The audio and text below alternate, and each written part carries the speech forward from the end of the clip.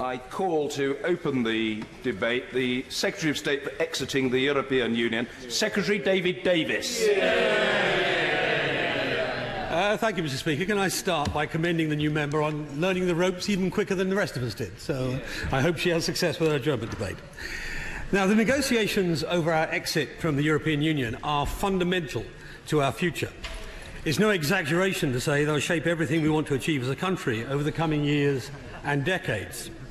We're doing nothing less than refashioning Britain's place in the world. Our success or failure will determine and shape all our futures. So it's obviously a great responsibility, but also a great opportunity, and it falls on all of us in this place, every one of us in this Parliament, to make a success of it. Now, if we work together and we succeed, we can ensure a strong and growing economy which spreads prosperity and opportunity around the country, which underpins well-funded public services and gives a better future for us and our children. Now, I've always been clear that after Brexit, the United Kingdom will continue to be the outward-looking and global nation it's always been. In a moment. Indeed, it should be more engaged with the world than ever before. For I firmly believe that last year's vote to leave the EU was not a call for retrenchment, a call to look in on ourselves. The UK has the means, the ambition, and now the freedom to play a more positive role in the world. I give way. I'm very grateful to my right honourable friend for giving way on that precise point. I believe the opportunities of Brexit are a global Britain. And on that issue of leaving the customs union and the single market, does he agree with me that that will allow us to forge trade links with countries like China, the United States, of which we cannot do on our own whilst we are members of the European Union? He raises a very good point, which one, if he forgive me, I'll come back to a little later. As I was saying, we have the means, the ambition and the freedom to play a more positive part in the world. And that's demonstrated in our commitments on defence and on international aid. The UK is the only country in the world that meets both its NATO pledge to spend 2% of GDP on defence and the UN target to spend 0.7% of our gross national income on development and spending. In 1 second. That ensures that we both defend our values, work to tackle poverty and conflict, and help to protect the most vulnerable in the world. I give way to the honourable gentleman. Thank the right honourable gentleman for giving way. The right honourable gentleman talks about our commitments to defence and our commitments to the rest of the world in international aid, and I agree with both of those. What about his government's commitment to Wales? Before the Brexit debate, Andrew R.T. Davis said, I will make it my mission to ensure that Wales continues to receive at least every penny of the aid money it has historically received via the EU. We deserve and are entitled to no less. Will Wales get what it deserves? Of course, and indeed Wales is represented on the Joint Ministerial Committee, which we've had several meetings of, and this issue came up, and the main funding streams for Wales fall in the Common Agricultural Policy and Structural Funds, and both of those have been underpinned by the Treasury to the end of the current financial round. For a moment, I'll make some progress and give way again. I've got to be fairly disciplined about giving way because we've got very tight timetable. Now, after exiting the European Union, Britain will still be a country that still steps up to its role as a world leader. That means continuing to help to protect and secure our wider European continent. We want to deepen cooperation with other European states and bring the European Union policy into a wider global framework. As we've said, we'll seek a deep and special partnership with the European Union, one that reflects our shared values and history, one that works for all parts of the United Kingdom, our overseas territories and Crown dependencies, and one that delivers for the special circumstances around the border between Northern Ireland and the Republic of Ireland, because no one wants to see a return to the hard border. It should be a partnership like no other. It should be underpinned by ambitious agreements on free trade and customs, covering goods and services, and seeking the greatest possible tariff and barrier-free trade. I give way to the honourable gentleman. I'm grateful to the Secretary of State. There's been much talk about transitional arrangements. If such arrangements are put in place, can the Secretary of State guarantee that there will be legally binding agreements on trade and customs arrangements, as well as taking those arrangements outside of the remit of the European Court of Justice? Yes, indeed. Indeed, that would be one of the things we were endeavouring to achieve, legally binding arrangements on that. And I'll come back to that in some detail in a moment, if I may. I'll give way to the... I appreciate what the Secretary of State has said already about the border between Northern Ireland and the Republic of Ireland. He does accept, however, that if security information indicates that there's a radicalisation of people in the Republic of Ireland, security considerations will always predominate in terms of the border issue. Well, I say to the honourable gentleman that security considerations pretty much always predominate on control of immigration and control of migration generally, and there'll be no difference here. We obviously treat the security of all of our citizens and all of our allies' citizens as paramount. And that's what brings me to the fact it should include a broad security agreement covering all aspects of our current collaboration, including defence, foreign policy, justice, home affairs, law enforcement and counter-terrorism. And it should be supported by continued cooperation and open access in highly regulated areas like aviation, financial services, data, transport, nuclear. Now, we recognise that such a wide-ranging partnership will require fair and uniform implementation. It must also be long-lasting. That's why we must ensure mechanisms exist to manage the evolution of our regulatory frameworks, to maintain a fair and open trading environment and minimise non-tariff barriers. In fact, on that point, I'll give way. I thank him for giving way. At the weekend, he said that he was pretty sure that he would get the sort of trading deal that he wants. Does he think that sort of language gives the kind of assurances that our businesses and our economy needs? Well, I'll say to the honourable gentleman that the question was put to me whether I was 100% sure. And the first thing one ought to learn in this business is to be honest about these things, bluntly. And I don't think saying at the beginning of a negotiation you are 100% sure of exactly what the outcome will be would give confidence to anybody. It certainly wouldn't give confidence to me, even if it was said by him. Now, all right, one more time, and then I've got to make some progress. Thank my right honourable friend for giving way. The whole point of a negotiation is you need to be prepared and ready not to do a deal, because that way you can then make sure that you can have strength in your negotiation. To that extent, would my right honourable friend agree that it's really important that we are ready to do customs at places like Dover in my constituency, deal or no deal? Well, what I do agree with what he said is that we have to make sure that we are prepared for every contingency. And a large part, almost the invisible part of my job, is that... no, if you'll forgive me, I must make some progress. The invisible part of my job is actually making sure we are prepared for contingencies, and that happens as we speak now. Now, it's also clear, we've also been clear, this new partnership must be overseen by a new and independent impartial dispute resolution mechanism. This cannot and will not be the European Court of Justice. No nation outside the European Union submits the direct jurisdiction of the ECJ, and neither will the UK. We'll start towards this new partnership by securing the rights of citizens on both sides. And I know everyone in this House will agree with me that European Union citizens make a huge contribution to our society. Now, we've heard today from the Prime Minister about what the approach will entail, but the overarching principle is that European citizens living in the United Kingdom will continue to live their lives in exactly the same way as British citizens, with the same rights, no, not for the moment, with the same rights and responsibilities. We intend to reach agreement on this issue as quickly as possible. But I've given away quite a lot so far. I'm going to be disciplined. No. But not everything in these negotiations will be easy. I'm practicing being masterful. There we are. No. They will be complex. They will be complex. And I have no doubt, at times, even confrontational. But I'm convinced that both sides want to secure close cooperation and a deep new partnership. Now, not for the moment. In a moment. Last year, in the referendum, we received a national instruction, one which we will undertake in a way that serves the national interest. The instruction of the British people was to take back control of our borders, our money and our laws. Both the Conservative Party and the Labour Party campaigned on manifestos which promised to exit the European Union and end the free movement of people. Those two manifestos received over 80% of the popular vote. So failing to deliver on this instruction is not an option for those of us that count ourselves as democrats. Ending the free movement of people means leaving the single market.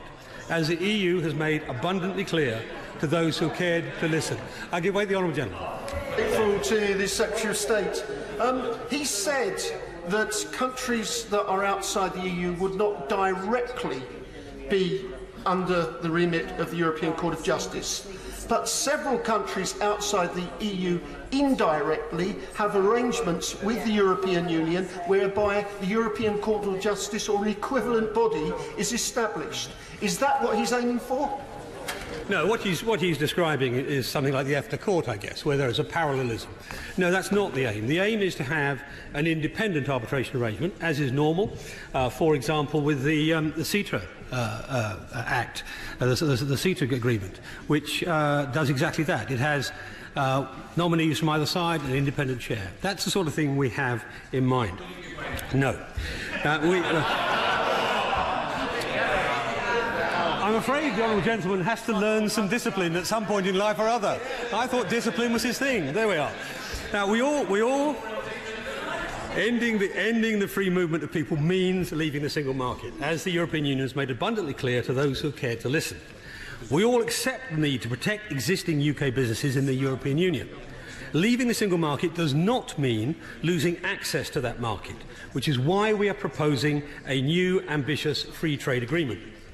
But it's not just about protecting existing markets, as my honourable friend raised in the first intervention. To deliver the national interest, we must seize on our new freedoms in terms of trade to create jobs and lift living standards.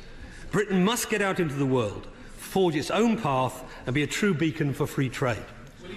No, that means leaving the customs union, so that Britain, for the first time in over 40 years, will be able to take full advantage of growing markets across the world and determine a trade policy fashioned around, not around 28 countries' interests, but about one country's interests. So we get a trade policy that suits this country and this country alone.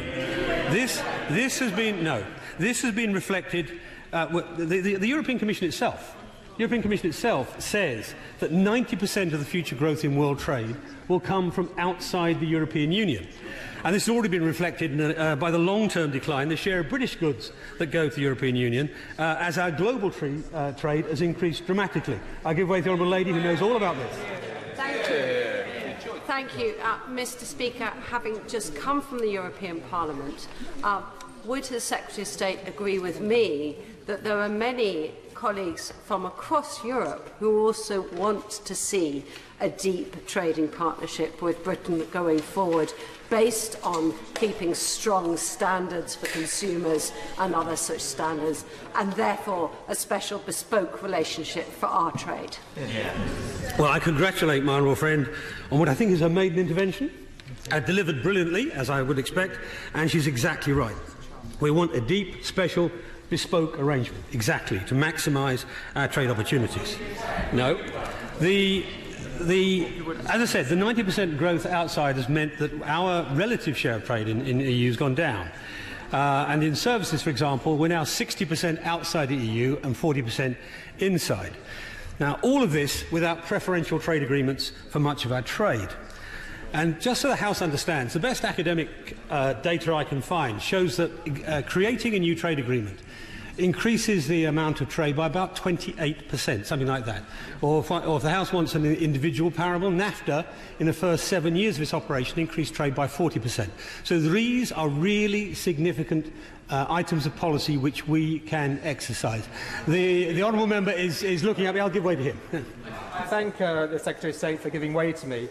On the question of academic research, can he confirm what the most recent academic research says about the cost to the British economy of coming out of the single market and the customs union? That research would depend on what the actual deal was. I mean, it's madness to make an estimate without knowing what the deal is. If the deal is a comprehensive free trade area with no tariffs and no non-tariff barriers, there will be zero effect. So it is rather daft to try and cite some non-existent academic issue. No, he hasn't yet built my sympathy. No. I think the Secretary of State has indicated that he's not going to give way to the honourable gentleman. I think he needs to accept that. So if this House wants a Brexit deal that drives prosperity and living standards, if it really wants a Brexit for jobs, then it must put its faith in free trade and ensure that an exit means we can embrace its opportunities to the full. Now, let us move beyond the platitudinous propaganda and hard and soft Brexit. Let's discuss how we fashion our new place in the world and start acting together truly in the national interest. I'll give way now. It's obviously the start of a very special relationship. The Secretary of State will know that the Prime Minister earlier published a document about EU citizens living in the UK. The one thing she failed to mention in the House is that all these EU citizens will not be functioning exactly as now. They will have to have documentation with them. They will have effectively an ID card. I'm surprised. Surely this Secretary of State isn't going to support ID cards for EU nationals in the UK. You know, I was right not to give way in the first place, because he's got it wrong. No, it's not an ID card. Of course, what we're talking about here is documentation to prove you've got a right to a job, right to residence, all the rest of it. That's not, you don't have to carry that around all the time. That's an ID card. That's rather like your birth certificate, not an ID card. Good heavens.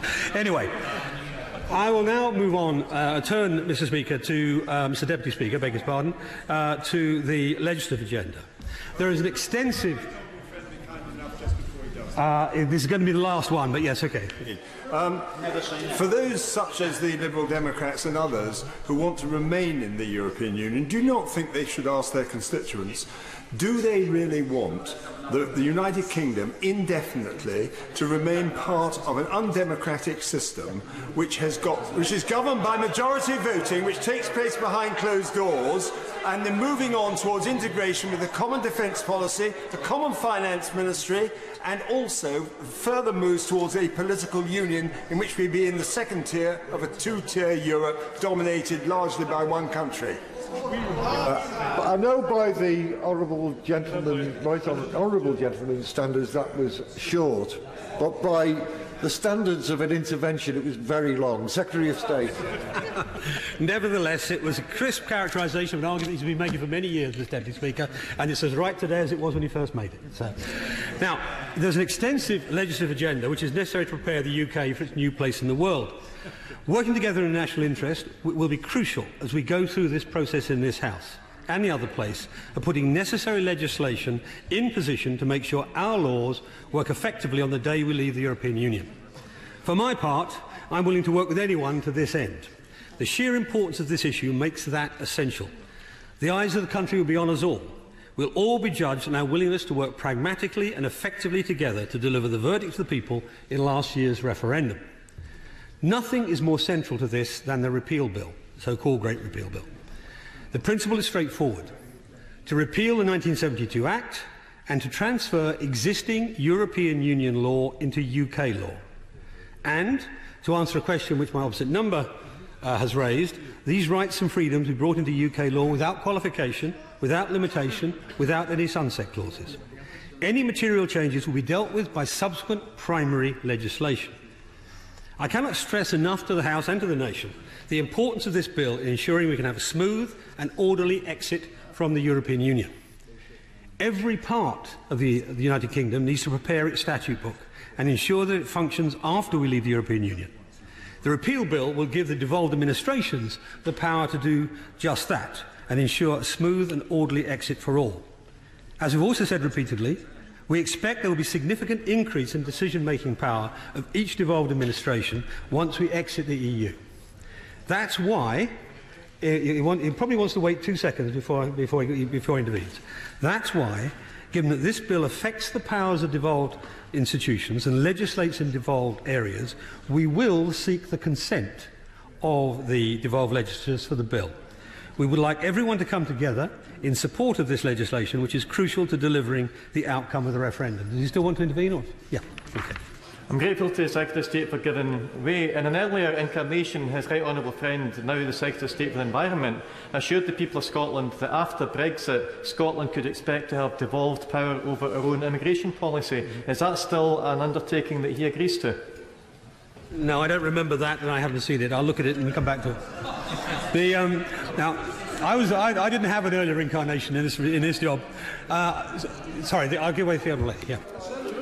I'm grateful to him for giving way. He talks about an extensive legislative agenda, but somehow he still misses out anything to do with the environment. There's no environment bill here. And simply saying we're going to transfer environmental legislation into the repeal bill doesn't work, because it needs to be A, updated, and B, enforceable. If you haven't got the Commission and you haven't got the ECJ, there's no clarity as to how you're going to enforce that legislation. So why is there no bill? Well, with respect, when it is transferred across, and there will be stages in this, as I've explained to the House before, which we either create by SI or by primary legislation, where we create the relevant administrations and regulatory bodies and so on to actually run the new legislation. Of course, development beyond that will come later, but at the moment we're talking about bringing the whole corpus of EU environmental law into British law. And that is not nothing by any stretch of the imagination. Now, no, I've got some progress to make. When we designed our approach to the repeal bill, we endeavoured to strike the right balance between getting our statute book in order for the day we exit, but also ensuring full parliamentary involvement and scrutiny. Indeed, it's the only viable plan that's been put forward in this House. While I've heard some concerns raised by those on the benches opposite, I've heard no alternatives put forward, nor any detailed proposals for how they would approach this crucial matter. As I've said to my opposite number when I presented our white paper on the repeal bill, if in the next 2 years we find something we've missed, we'll put it right. That offer still stands, not just to the opposition, but to the entire House. We must get this right. We must be able to deliver a functioning UK statute book by the day we exit the European Union. When the Lords Constitution Committee examined this issue, they found few alternatives. Their recommended approach aligns closely with that which we have set out. It's vital for businesses, workers and consumers across the United Kingdom that this House undertakes the difficult but eminently achievable task of working together responsibly in the national interest to provide certainty and stability. Now I won't for the moment. While the repeal bill is the centrepiece of our approach, it's far from the only piece of exit-related legislation we're putting through. The government's bringing forward a first tranche of bills, and I'd say to the honourable lady who just intervened on me, a first tranche of bills, not the last one, on areas affected by our exit from the European Union. These include legislation on trade, customs, immigration, international sanctions, nuclear safeguards, agriculture and fisheries.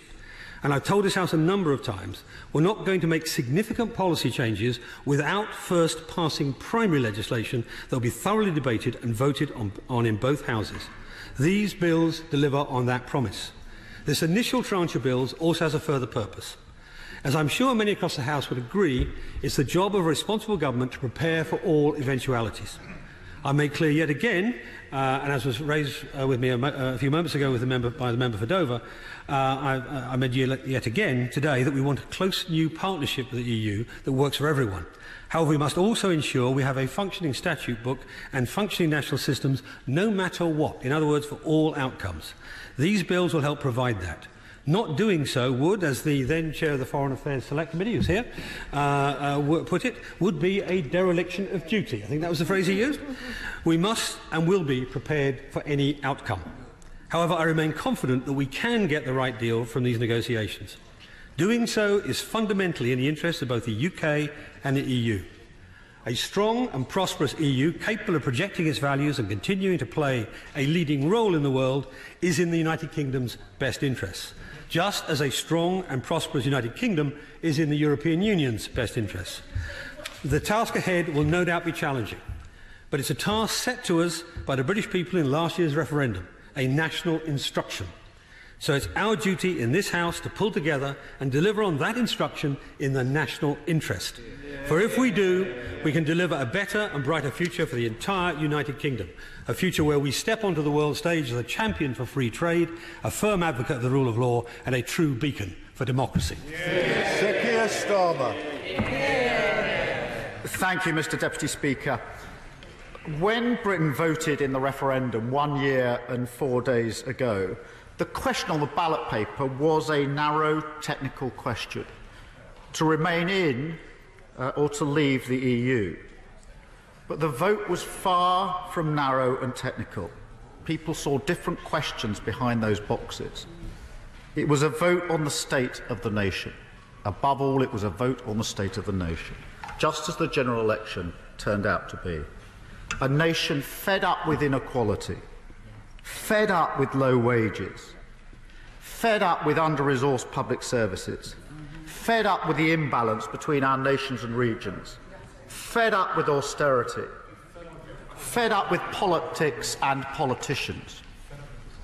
If ever there was a need for a government capable of transforming the country economically and politically, it is now. Britain needed a transformative Queen's speech last week, but this government is too weak to deliver it. The Queen's speech is threadbare and lacks ambition. There is no detail. There can't be, because the Prime Minister gambled and lost. A majority has become a minority. All bets are off as to the future. Just when we needed strong government, we've got uncertainty and fragility. And I suspect history will be a harsh critic. And it doesn't end there, Mr. Deputy Speaker. When the Prime Minister made a statement calling the general election, she said, and I quote, "Every vote for the Conservatives will make me stronger when I negotiate for Britain. Every vote for the Conservatives means we can stick to our plan." She wanted a landslide. She ended up in a mess, her own description. The Prime Minister now has no majority, no mandate and no authority. And it tells the outcome of the first round of the negotiations showed how unrealistic the government's rhetoric has been. The Secretary of State promised us before the election that would be the row of the summer over the Commission's proposed timetable and schedule of negotiations. By lunchtime Monday, he'd folded. The government also has managed to get on the back foot in relation to EU citizens. Had the government acted quickly and unilaterally, as Labour repeatedly said it should, then it could have set the agenda. Instead, the EU has done so. They stated their position in April. Full rights as they're currently enjoyed to be guaranteed and underpinned by the Court of Justice of the European Union. The government position is now seen by them as an inadequate response. And although the Prime Minister, but may I just say this, although the Prime Minister struggled to give an adequate answer to the Right Honourable Member for Leeds Central, the Secretary of State knows, I know, and our EU partners know, that rights of family reunification currently enjoyed by EU nationals will change, and in future they will be subject to the financial and other qualifications that apply more generally. They will change, and that's perhaps why that question was avoided. I do hope we get agreement on EU citizens and on UK citizens. I do hope we get an agreement, and I do hope we get an early agreement to settle the anxiety. But the government's approach to date has made that harder to achieve than it should have been. I give way. I'm just going to, on a point of information, ask the Right Honourable Gentleman. Congratulations, by the way. To ask him whether it's now Labour's policy to support the rule of the European Court of Justice within the United Kingdom. Let me just deal with that in relation to EU citizens first, and I'll come to it more generally when I get to that part of my response.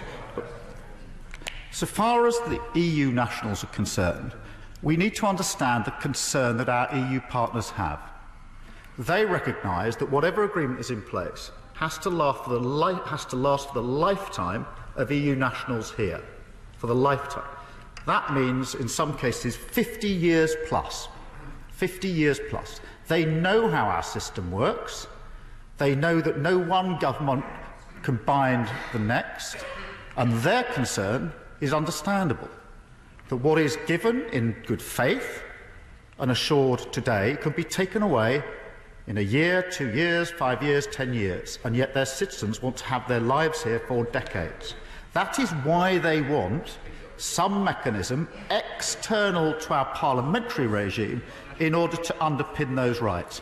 And it's no answer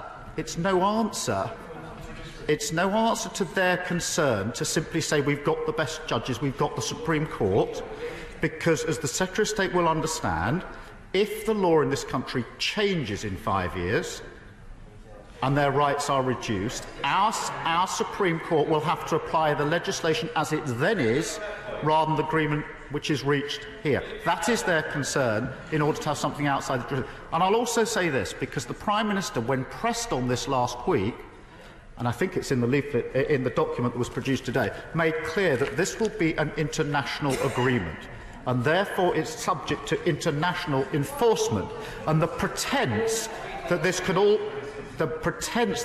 all be done within our own courts and our own jurisdiction is a pretense. I'll come to the wider question when I will, but it would be far better, we talk about honesty and doing this in a grown-up way, it would be far better if the government recognised what that core concern of is the EU and found a way of ensuring that their concerns are met, because these are the lives of real people going on for decades and decades.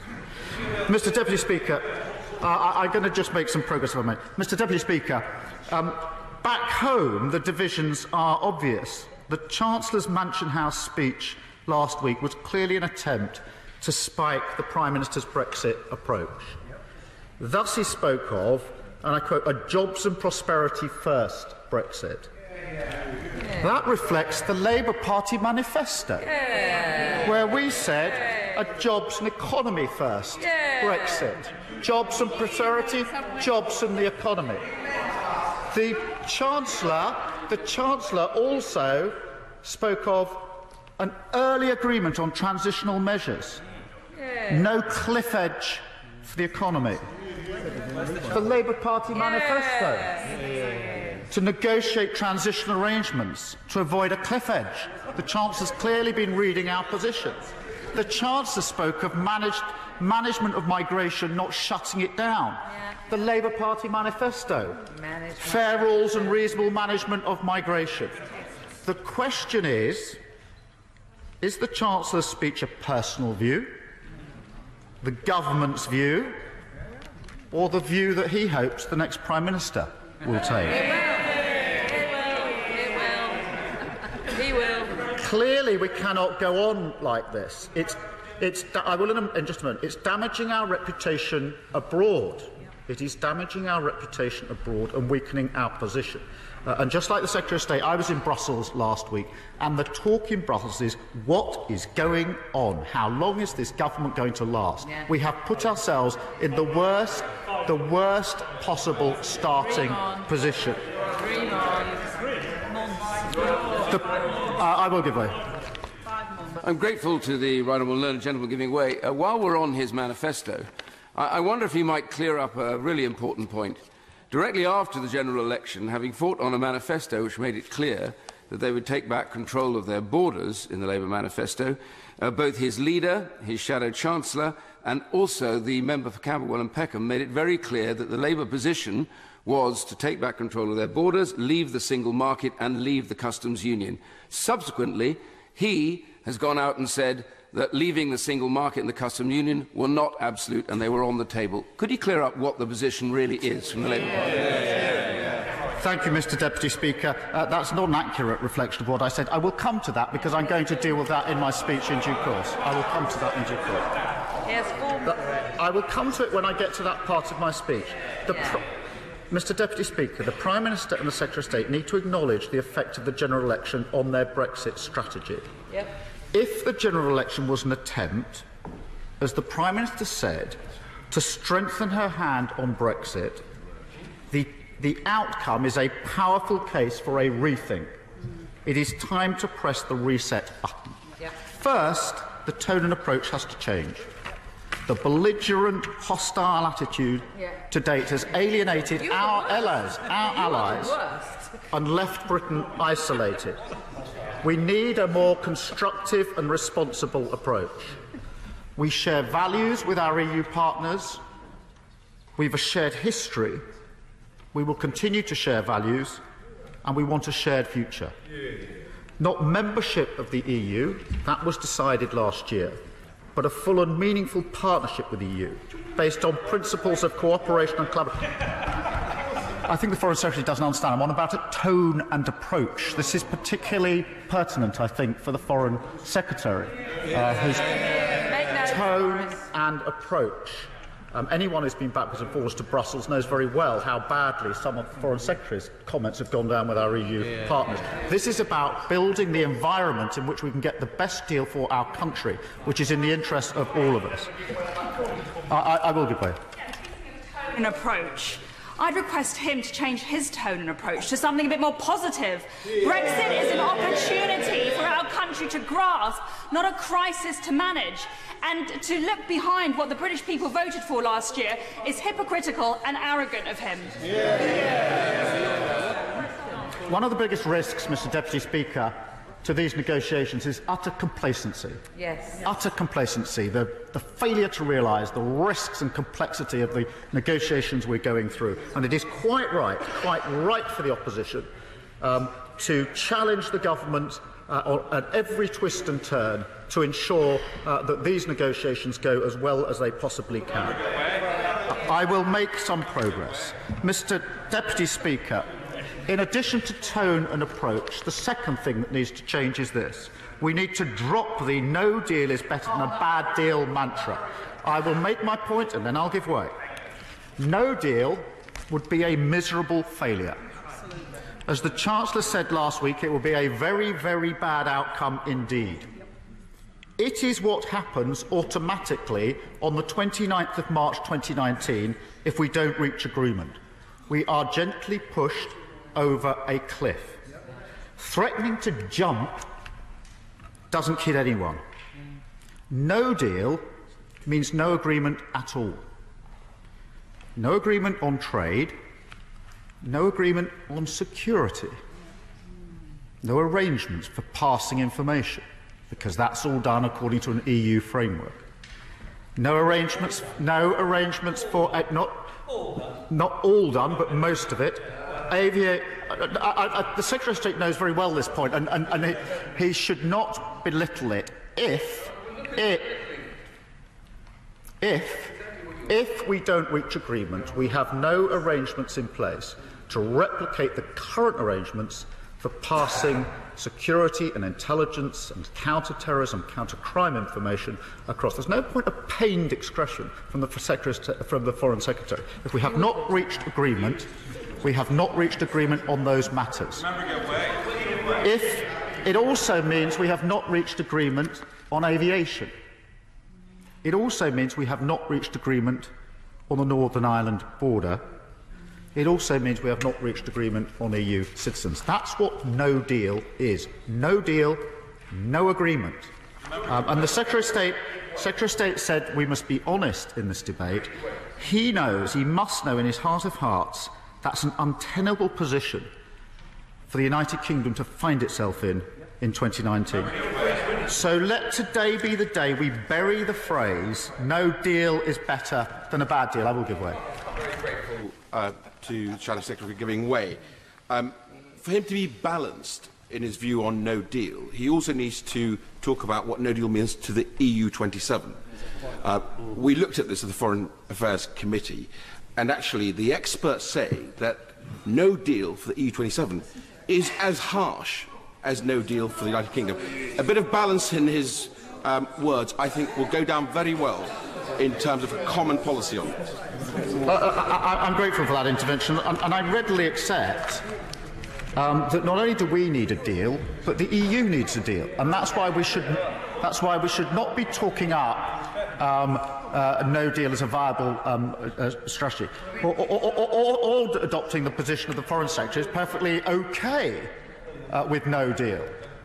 It is not a viable option, it's not a tenable option. No deal means we've not agreed anything. I will give way.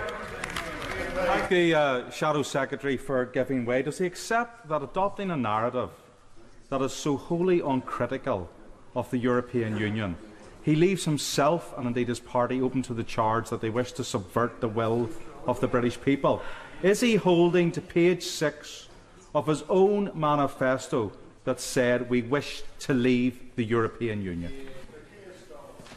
I'm grateful for that intervention.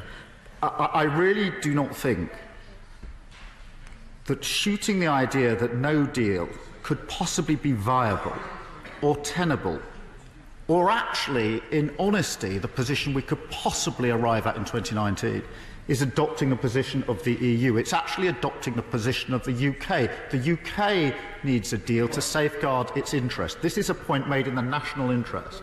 Mr. Deputy Speaker, I will give way.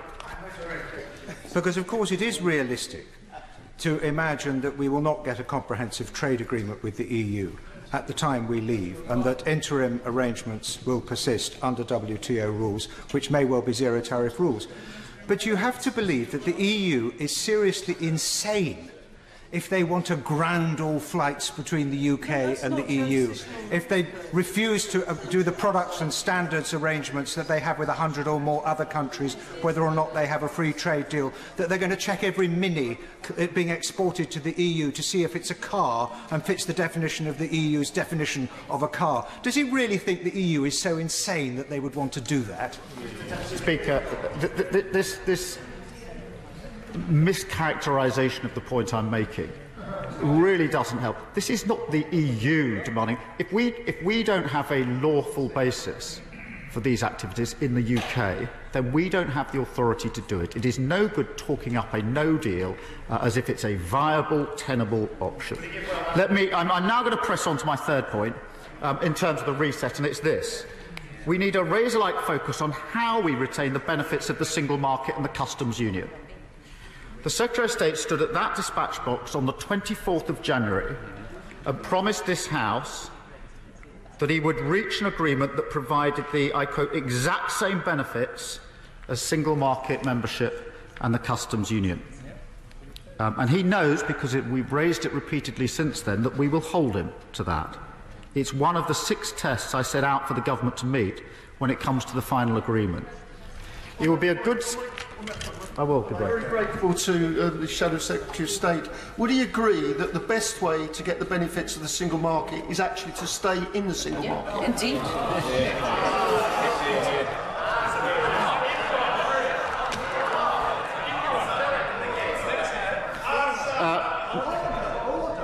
The Shadow Secretary of State will be heard, and if it means people being removed from the chamber, that will happen as well. Sir Keir Starmer. Mr. Deputy Speaker, our manifesto was absolutely clear about retaining the benefits of the single market and the customs union. So far as membership is concerned, although almost everybody who wants a progressive new relationship with the EU wants to retain the benefits of the single market and the customs union, almost everybody accepts that that cannot be done in an unreformed way because of the rules of the single market as they now are. The question, frankly, as to whether we start from reform of the single market or start from a bare agreement and work up is secondary to the outcome that we want to achieve. The outcome we want to achieve is no tariffs for goods going across between us and the EU and vice versa, no new red tape at customs, including rules of origin, and a deal that works for services as well as for goods. That is the outcome that we want to achieve. We have to recognise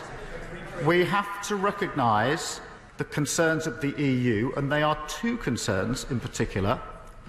The first is that if we are released from all obligations of a regulatory nature in relation to moving goods and services across Europe, we will be able to undercut them economically, and that is their main concern. The second is that if we strike free trade agreements that are released from any of the standards and regulations that they apply, there is the prospect of flooding the UK with goods and products from other countries that don't meet those standards and or go into Europe. They are the issues that we need to negotiate. So far as I want to deal with this, because I know this is an issue of real concern to our own party. We've said the outcomes are what matter, not the model for achieving those outcomes. Not the model for achieving... But I will say this, that if you want... I will give way. He said, and I listened very carefully to what he was saying, he does not want to have to adopt rules of origin. So how will we avoid adopting rules of origin unless we are in a customs union relationship with the EU? I've said on a number of occasions we should leave being in the customs union on the table. I think it is the prospect we've got at the what the government has done is to sweep these options off the table without evidence, without facts, without assessing the risks. I have said, and we have said, that what you do is focus on the outcomes. And one of the best ways to achieve tariff-free access across Europe is to have the customs union on the table, at least as an option to consider. And that brings me, I'm just going to press on, because that brings me, I will give way. I apologise for interrupting his flow, but his leader of his party said a couple of hours ago in this House, I think he was sitting in the chamber, that he wanted to strike free trade deals around the world. How is that possible when you remain a member of the Customs Union?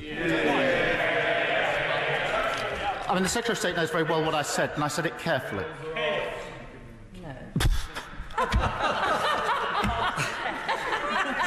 I'm not sure how I respond. You could say that with a straight face. I really don't know. Mr. Deputy Speaker, quite sure what all the hilarity is. This is a very serious matter, and I think it should be debated in a serious manner. Sir Keir Starmer. Sorry, Mr. Speaker, I'm just considering how I respond to a cry of chaos from a government that 2 months ago had a majority, now has a minority, is going to a grubby deal with the DUP. The Secretary of State will have heard exactly how I put it, which is that we focus on retaining the benefits of the single market and the customs union, the exact same benefit, the phrase he used, the exact same benefits of the customs union. I am answering the question. The Secretary of State said the exact same benefits of the customs union. How is that to be achieved? How you did, you know you did, because we put it to you several times since, you know you did. My answer was not a sort of fixed position that we must have this model when we start negotiations. My answer is focus on the outcomes and leave options on the agreement until we have some assessment of the risk and cost of the different options. And one of the things we don't have from the government is any assessment of the risk and cost. Mr. Deputy Speaker, I'm going to press on to Mr. Deputy Speaker, I'm going to press on and deal with transitional agreements. It would be a good start. It would be order. I'm not quite sure what part of the words I'm going to press on. Honourable and right honourable members don't understand, but the opposition spokesman has made it clear that he intends for the present to to press on. So that should be respected until such time as he changes his mind. Thank you, Mr. Deputy Speaker. If we are to meet the exact same benefits of the single market and the customs union, it would be a good start if the government would now accept that the negotiations will not be complete by March 2019, that transitional arrangements will be needed if we are to avoid a cliff edge, and that transitional arrangements must safeguard our economy, add jobs and provide certainty for business. It also means that by the time of the final agreement, at the end of transitional arrangements, a model law framework will have to have been agreed that truly does deliver the exact same benefits as the single market and the customs union, along with a recognition, if we're being honest, that in the end, if we're going to have a meaningful and ongoing relationship with the EU, a court-like body will be needed to settle disputes. This is not just state-to-state disputes. We need a court-like body to settle business-to-business disputes and individual-to-individual disputes. Mr. Deputy Speaker, there's a further issue on reset, and that's the involvement of Parliament. For the first 6 months after the referendum decision, the government fought in the courts to prevent this House having a say even on the triggering of Article 50. They then called a general election to crush the opposition to their Brexit strategy. That has to change. There needs to be a much stronger role for Parliament. We need to strengthen scrutiny and accountability, not push it away. Yeah. And can we start in this way? And I hope this will be agreed, and I think it will. This House needs a statement from the Secretary of State after each round of the negotiations, a formal statement, so that we can hear how he reports on progress and ask questions. I would ask the Secretary of State to set that precedent now and agree that he will come to this House and report in a formal statement? The answer, as the right honourable gentleman knows, is yes. The only reason we didn't do it today is because we had a statement from the Prime Minister on effectively the same subject, and I was hoping a whole day's debate on it now. But the answer is yes. Well, I'm grateful to the Secretary. I understand the point he makes about today, and we had a discussion about it earlier. I'm grateful that he will set the precedent, as it were, for the future rounds, the dates of which we now know, to come back to this House at the earliest opportunity and make a statement so that we can debate it and question him here.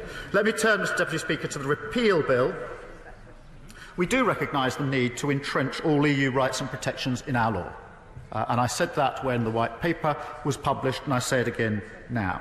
Hence, in our manifesto, we had the EU Rights and Protections Bill designed to that end. How it's done matters. As proposed, the repeal bill would contain sweeping powers for the executive with no enhanced safeguards. The statutory instrument procedure has no enhanced safeguard. That is then far too sweeping to be accepted across this House. Not again. There is the potential. I hear what the Secretary of State says, and I take him at his word, of course, when he says there will be no limitation, qualification or sunset clauses. I hope that message is getting through to his backbenchers, because many of them campaign to leave the EU on the very basis that these rights should either not exist or be much reduced or limited. So I look forward to seeing a strong three-line whip through this bill, making sure that there are no limitations, no qualifications and no sunset clauses. The repeal bill doesn't include the Charter of Fundamental Rights. I hear what the Secretary of State says about that, nor does it include any future-proofing to ensure that we do not fall behind our EU partners as standards evolve, particularly, for example, in the workplace. There are then at least 7 other bills, but there's no detail because no agreement can be made about what to put in them. Mr Deputy Speaker, the Prime Minister called a general election saying it would provide certainty and stability as well as we enter the Brexit negotiations. Nothing could be further from the truth. We need a deal, and we need a deal that works. We've started negotiations in the worst of all circumstances. Britain deserves better than that. Thank you. You didn't frankly have the balls to put country before party.